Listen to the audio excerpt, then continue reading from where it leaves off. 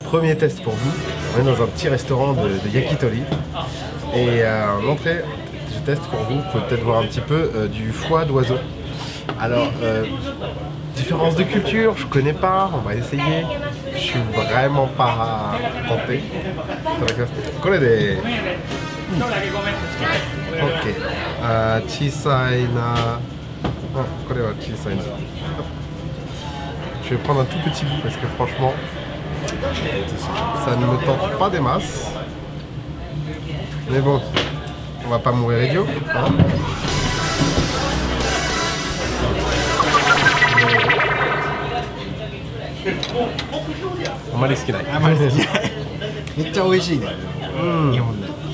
ah bon. C'est un peu comme le foie qu'on peut manger d'habitude en France aux différents animaux, mais en un petit côté un peu plus terre, un petit côté un peu terreux dans le goût, enfin, sans le côté négatif du terme. Donc si vous aimez bien le foie, essayez, vous allez adorer, mais moi, ouais. Aujourd'hui, le focus caméra, le focus, tu peux le faire. Je vais vous montrer ça un peu. Hop. C'est une sorte de gelée, ça s'appelle d'ailleurs mikanzeli, qui veut dire un gelé de clémentine. Vous avez le fruit dans la gelée, et j'ai jamais goûté ça. Pour moi, la gelée c'était un truc d'anglais. Désolé, ça fait un peu cliché, mais bon voilà. Et du coup, voilà, j'ai envie de le goûter, d'essayer ça avec vous. C'est juste con qu'il n'y ait plus. Bonne OST GT au fond. Wow, c'est trop chelou, c'est trop bien. Baissez un peu le son. Regardez, j'essaie de pas en foutre partout parce que ça glisse un peu, mais c'est vraiment de la gelée quoi. Boing, boing. C'est drôle. D'après ce que j'ai lu, c'était interdit en France.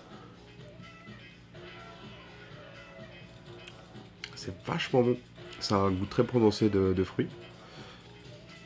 D'après ce que j'ai lu, c'est interdit en France parce que on pourrait s'étouffer avec, un truc comme ça. Alors après, la source que j'ai lu, je dirais pas que c'est une source sûre non plus, mais bon. Basiquement, les morceaux de clémentine sont des vrais morceaux de clémentine et qui ont vraiment du goût. Et la gelée, comment la décrire? Comme ça, on dirait un médicament. Ça a du coup pas la même texture qu'un yaourt, mais c'est pas de la gelée car ça a pas une texture un peu dégueulasse. Voilà pour la suite de ces expériences culinaires avec ce truc que j'ai trouvé tout à l'heure au supermarché. De dos, vous pouvez deviner déjà que c'est du fromage. De là, vous pouvez deviner que les fromages qui sont chers sont assez mal servis au Japon, en termes de quantité. Et de là, vous pouvez voir, je vais essayer de faire une bonne mise au point. Le point, est-ce que tu y arrives? Non, c'est encore flou. Ah, voilà, là, vous allez pouvoir voir. Donc là, c'est en effet du... hop. C'est en effet du dessert cheese. Donc c'est rhum raisin. Alors à l'intérieur, ça se présente comme des petits kiri. Enfin, pas kiri, comme des petites vaches kiri. C'est vraiment comme de la vache kiri. Hein. Ils ont tout pompé le concept. Franchement, je suis en train de m'apprêter à goûter du fromage en raisin. Je sais même pas si c'est du vrai fromage en plus, ce truc. Pour le moment, ça ressemble vachement à une vache kiri quand même. Hein. Mais en marron. Parce que du coup, n'est plus une vache kiri. C'est vachement chelou. C'est pas mauvais, mais c'est vachement chelou. Comment vous décrire ça?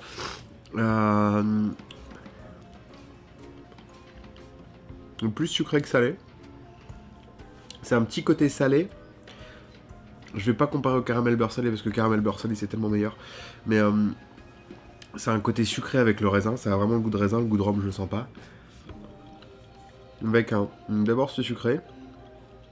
Sucré crémeux. Et le goût salé arrive ensuite. Mais c'est vachement chelou. La texture, c'est plus de la pâte en fait que du fromage, tu vois. Enfin, c'est même si j'essaie de tirer, ça. Je sais pas comment décrire cette texture. C'est plus de la pâte, ouais. Et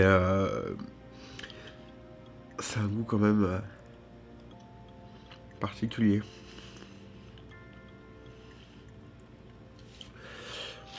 Ouais. C'est pas mauvais. Je pense qu'avec le temps, je peux m'y faire. Ça n'a aucun droit de s'appeler fromage, qu'on soit clair. Je suis quand même pas si fan que ça. どうですか? 美味しいです。生地はどうですか? チーズじゃない。チーズじゃない。 Donc voilà, je l'ai dit qu'on allait passer à un truc meilleur, parce que j'ai oublié de vous dire que ce dessert cheese, c'est 175 yens hors taxe. Les prix sont souvent hors taxe dans le supermarché. On en reparlera dans un épisode, je pense, de ça. Du coup, voilà. Dessert un peu particulier. Rhum, non. Raisin, oui. Fromage, non. Non. T'as pas le droit. Par contre, ça a l'air d'être beaucoup mieux, ça.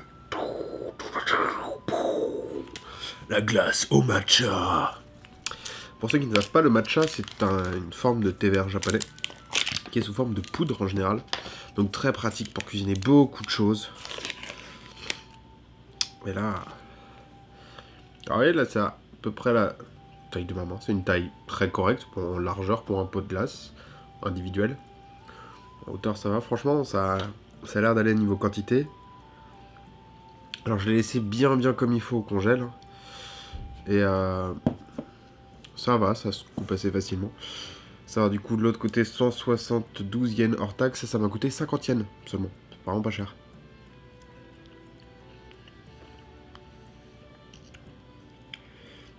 Et c'est pas mauvais. Alors, je regoûterai des glaces au matcha, mais en forme glace à l'italienne. Là, c'est la glace en pot au matcha. Comme je l'ai dit juste avant, elle coûtait pas cher. Je pense qu'il y en a des meilleurs. Pour le moment, elle a le goût de matcha, ce qui est logique. C'est pas mauvais. Ce qui me change surtout, ce qui fait que je suis pas genre waouh. Et c'est pas un mauvais point, c'est que c'est très peu sucré. Avec nous, on a la blinde de sucre partout, même dans l'ice tea. Lipton Ice Tea en France, c'est blindé de sucre. Ici, c'est du vrai thé froid. Et ouais, non, c'est pas mauvais. Franchement, c'est cool. Je vous recommande. Pour 50 yens, c'est bien, ça me fait un dessert sur plusieurs repas.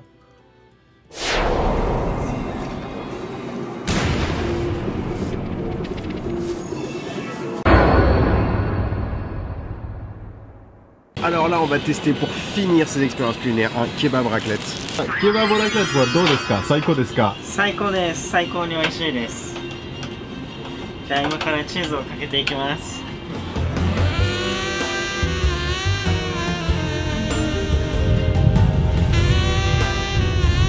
Un kebab raclette. Alors, vous pouvez voir la taille, un peu plus petit que nos kebabs français. Je suis sûr qu'il est super bon.